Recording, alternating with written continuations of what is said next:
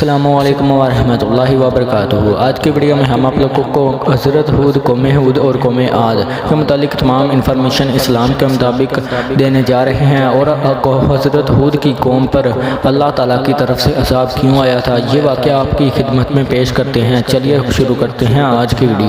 حضرت ہود علیہ السلام عرب کے قبیلے عاد سے تعلق رکھتے تھے، جو عمان اور حضر موت کے درمیان ریت کے ٹیلوں والا علاقہ الحاق میں رہائش پذیر تھا۔ آپ علیہ السلام کا قبیلہ عاد بن ارم بن اوس بن سام بن نوح کی اولاد سے تھا۔ آپ علیہ السلام اپنی قوم کے ایک شریف خاندان سے تھے، جنہیں اللہ تعالیٰ نے ان کی قوم کی ہدایت کے لیے نبی بنا کر بھیجا تھا۔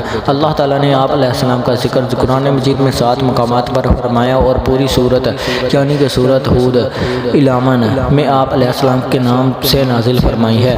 حضرت ہود علیہ السلام کی بعثت۔ حضرت قوم نوح کی ہلاکت کے بعد اللہ تعالیٰ نے قوم عاد اول کو زمین پر آباد کیا۔ یہ لوگ جسمانی طور پر بڑے مضبوط قد آور اور بڑی مضبوط عمارتیں بنانے میں ماہر تھے۔ اللہ تعالیٰ نے انہیں خوب مال و دولت سے بھی نوازا تھا۔ قوم عاد اپنی جسمانی قوت کے غرور میں اتنی آگے بڑھی کہ اس نے اللہ تعالیٰ کو بھلا کر اپنے ہی ہاتھوں سے بنائے ہوئے بتوں کو اپنا معبود بنا کر ان کی عبادت شروع کر دی۔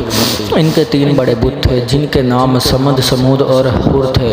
قوم عاد کو گمراہی سے نکال کر ہدایت کی طرف لانے کے لیے اللہ تعالیٰ نے اسی قوم کے ایک فرد حضرت ہود علیہ السلام کو اپنے نبی بنا کر ان کے پاس بھیجا۔ فرمان الہی ہے، اے نبی صلی اللہ علیہ وآلہ وسلم، کہ آپ نے نہیں دیکھا کہ آپ کے رب نے قوم عاد کے ساتھ کیا سلوک کیا، یعنی ارم کی اولاد کے ساتھ، جو قد و قامت میں ستونوں جیسے تھے اور طاقت میں ان جیسے دنیا میں لوگ پیدا ہی نہیں کیے گئے، اور ہم نے قوم عاد کی طرف ان کے 2 بھائی ہود علیہ السلام کو نبی بنا کر بھیجا۔ پھر ان قوم یعنی کہ قوم نوح کے بعد ہم نے دوسری امت قوم عاد پیدا کی، پھر ہم نے ان ہی میں سے ایک رسول بھیجا۔ حضرت ہود علیہ السلام کی قوم کو واضح نصیحت۔ حضرت ہود علیہ السلام نے نبوت ملنے کے بعد جب قوم کو شرک اور اللہ تعالیٰ کی نافرمانیاں کرتے دیکھا تو انہیں اللہ تعالیٰ کی نعمتیں یاد دلاتے ہوئے توحید کی تعلیم دی اور اللہ تعالیٰ کی نافرمانی سے بچنے کی تلقین فرمائی۔ فرمان الہی ہے، انہوں نے یعنی کہ ہود علیہ السلام نے کہا، اے میری قوم، تم اللہ کی عبادت کرو اور اس کے علاوہ تمہارا کوئی حقیقی معبود نہیں، کیا تم پرہیزگار نہیں بنو گے؟ انہوں نے یعنی کہ حضرت ہود علیہ السلام نے کہا، اے میری قوم، اللہ ہی کی عبادت کرو اور اس کے علاوہ تمہارا کوئی معبود نہیں، تم تو صرف بہتان باندھ رہے ہو۔ اے میری قوم، میں تم سے اس تبلیغ پر کوئی اجرت نہیں مانگتا، میرا اجر تو اللہ ہی کے ذمہ ہے جس نے مجھے پیدا کیا ہے، تو کیا پھر بھی تم عقل سے کام نہیں لیتے ہو؟ جب ان کے بھائی ہود علیہ السلام نے ان سے کہا کہ تمہیں اللہ کے عذاب کا خوف نہیں ہے، میں تمہارے لیے امانت اور رسول ہوں، لہٰذا تم اللہ کے عذاب سے ڈرو اور میری اطاعت کرو، میں اس پر تم سے کوئی اجرت نہیں مانگتا، میرا اجر تو رب العالمین کے ذمہ ہے۔ تمہیں کیا ہو گیا ہے؟ تم ہر اونچی جگہ پر بے فائدہ یادگار عمارت بنا ڈالتے ہو، اور تم بڑی مضبوط عمارتیں بناتے ہو جیسے کہ تم ہمیشہ یہیں دنیا میں رہو گے، اور جب تم کسی پر ہاتھ ڈالتے ہو تو سرکش ظالم بن کر ہی ڈالتے ہو۔ تم اللہ کے حساب سے ڈرو اور میری پیروی کرو، اس ذات سے ڈرو جس نے وہ کچھ تمہیں دیا جو تم جانتے ہی ہو۔ اس نے تمہاری مدد کی جانوروں اور اولاد سے، باغات اور چشموں سے، مجھے تو تمہارے بارے میں بڑے دن کے عذاب کا خطرہ ہے۔ اے پیغمبر صلی اللہ علیہ وآلہ وسلم، آپ عاد کے بھائی ہود علیہ السلام کا واقعہ سنائیے۔ جب اس نے اپنی قوم کا احقاف جگہ یعنی کہ جگہ میں ڈرایا، اور یقیناً ان سے پہلے بھی ڈرانے والے گزر چکے تھے اور ان کے بعد بھی آتے رہے، ہود علیہ السلام نے کہا، اللہ کے سوا کسی کی عبادت نہ کرو، بے شک میں تمہارے بارے میں ایک بڑے سخت دن کے عذاب سے ڈرتا ہوں۔ حضرت ہود علیہ السلام کو قوم ہود کا جواب۔ جب حضرت ہود علیہ السلام نے اپنی قوم کو اللہ تعالیٰ کی توحید اور اس کی فرمانبرداری کرنے کی دعوت اور نافرمانی سے بچنے کی تلقین کی، تو قوم عاد نے آپ علیہ السلام کی دعوت قبول کرنے کی بجائے آپ علیہ السلام کو جھٹلایا اور آپ علیہ السلام پر کئی الزامات لگائے۔ فرمان الہی ہے، ان کی قوم کے کافر سرداروں نے کہا کہ ہم تو تجھے ایک طرح کی بے وقوفی میں مبتلا دیکھ رہے ہیں اور ہمارے خیال میں تم جھوٹے ہو۔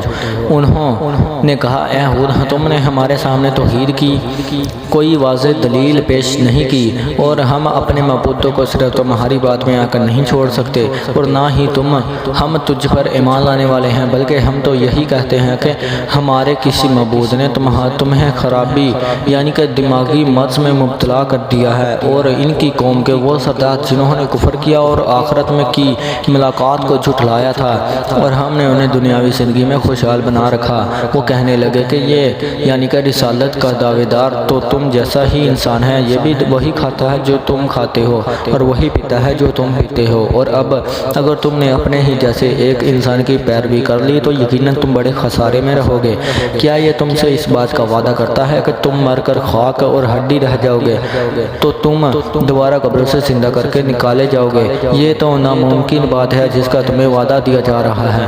زندگی تو صرف یہی دنیا کی زندگی ہے، ہم یعنی کہ میں سے کچھ لوگ مرتے ہیں اور کچھ دوسرے پیدا ہوتے ہیں اور ہم ہرگز دوبارہ نہیں اٹھائے جائیں گے۔ یہ تو ایک ایسا آدمی ہے جس نے اللہ پر جھوٹ بہتان باندھا ہے، ہم تو کبھی بھی اللہ اس پر ایمان لانے والے نہیں۔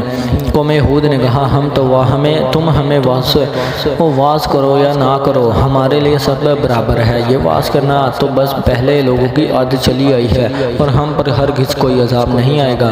حضرت ہود علیہ السلام کا اپنی قوم کو مشفقانہ خطاب۔ حضرت ہود علیہ السلام نے اپنی قوم کو سمجھانے کی بھرپور کوشش کی اور انہیں بتایا گیا میری قوم، اللہ تعالیٰ کے سوا تمہارا کوئی معبود نہیں ہے، میں اللہ تعالیٰ کی طرف سے تمہاری خیر خواہی کے لیے نبی بنا کر بھیجا گیا ہوں، مجھے تم سے کوئی دنیاوی لالچ نہیں، میں تو صرف اللہ عز و جل کی رضا کا طلبگار ہوں۔ اگر اللہ تعالیٰ مجھ سے راضی ہو گیا تو مجھے بہترین صلہ عطا فرمائے گا۔ میں تمہارا خیر خواہ ہونے کی حیثیت سے تمہیں نصیحت کر رہا ہوں کہ اگر تم بتوں کی پوجا چھوڑ کر اللہ تعالیٰ کے فرما بردار بندے بن جاؤ گے تو اس کا فائدہ تمہیں دنیا میں بھی ملے گا اور آخرت میں بھی۔ فرمان الہی ہے۔ ترجمہ: ہود علیہ السلام نے کہا اے میری قوم، میں بے وقوف نہیں ہوں بلکہ میں تو تمام جہانوں کے پروردگار کا بھیجا ہوا پیغمبر ہوں۔ میں تو تمہیں اپنے پروردگار کے پیغامات پہنچاتا ہوں اور میں تمہارا امانت دار خیر خواہ ہوں۔ اور کیا تم اس بات پر تعجب کرتے ہو کہ تمہارے رب کی طرف سے تمہارے پاس تم ہی میں سے ایک آدمی پر وحی نازل ہوئی ہے اور تاکہ وہ تمہیں ڈرائے؟ اور وہ حالت بھی یاد کرو کہ جب اللہ نے تم کو قوم نوح کے بعد جانشین بنایا اور دوسروں کے مقابلے میں تمہیں زیادہ قوت و جسامت عطا فرمائی، اس لیے اللہ کی نعمتوں کو یاد رکھتے ہوئے اللہ کا شکر ادا کرو تاکہ تم کامیاب ہو جاؤ۔ حضرت ہود علیہ السلام کی اپنی قوم کو توبہ و استغفار کی تلقین۔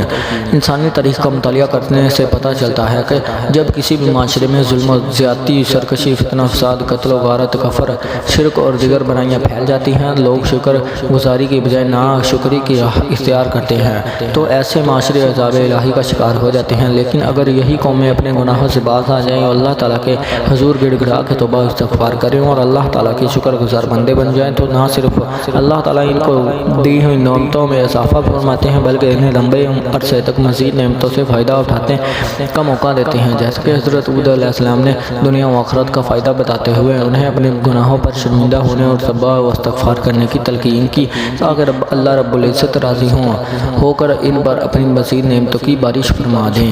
فرمان الہی ہے۔ ترجمہ: